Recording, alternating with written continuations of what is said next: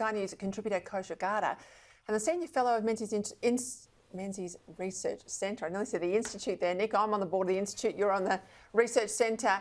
Nick Cater, of course. Let's start with revelations that we are, as taxpayers, Nick, putting in millions and millions of dollars to a Chinese construction company that's working on overhauling the big airport in Nauru, or the port, beg your pardon, in Nauru.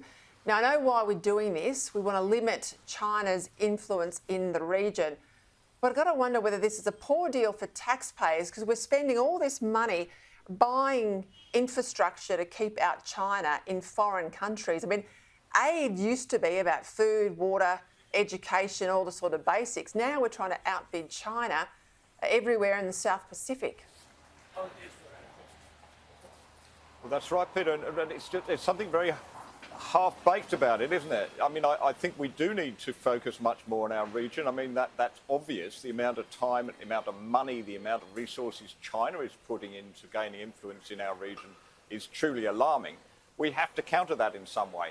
Did we counter it by paying a Chinese company to do some construction work? You know, for goodness sake, if this infrastructure is so important, it needs to be done.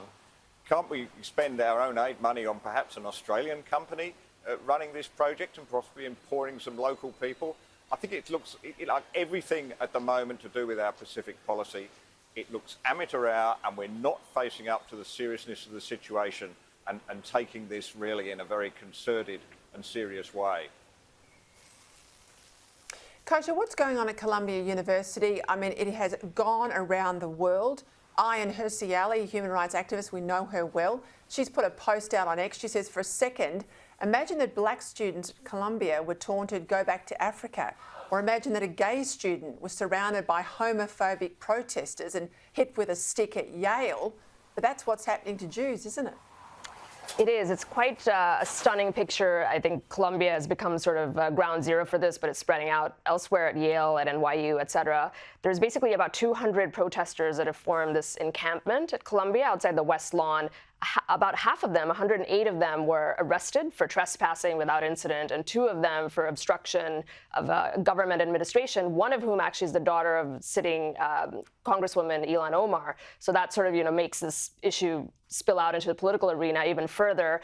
In terms of why it's happening, I mean, we've talked about this before, that there's so many dynamics that are almost like a petri dish at these universities over there, where there's the impact of immigration and importing some of these allegiances that are spilling out. There's sort of this coddling culture that's happened at these universities. There's the way protests, I think, were amplified and supported during the summer riots with BLM. I think that culture is carrying over, and they just have weak leadership at the top of the university, and all those things put together is leading to some pretty stunning and outrageous stuff that we're seeing.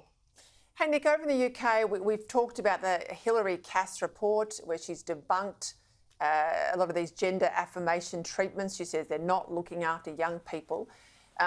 She has now been unable, basically, to get out in public. She can't use public transport. She's got difficulty leaving her home, all because she conducted a thorough medical review of the so-called trans science. J.K. Rowling, of course, out there defending her. But this is shocking.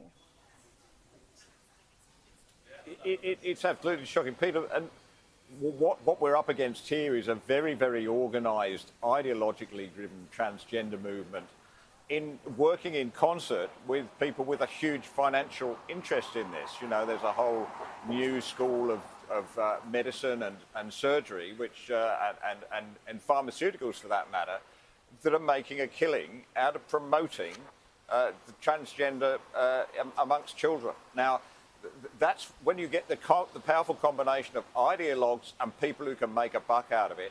That's when you get this really vicious cancel culture and everything that goes with it. I mean, we saw the same with COVID, and we see the same, of course, every day with climate change. That's what we've got here, and we have to really break this, because it's, we know what this is doing to our teenage kids, and we know what it's doing to our society. Spot on, Nick Cater. Kosha, what's the latest in the Donald Trump hush money trial? So the trial has officially commenced. Opening statements have been made, and all eyes are on what the impact of this is going to be on the election, really.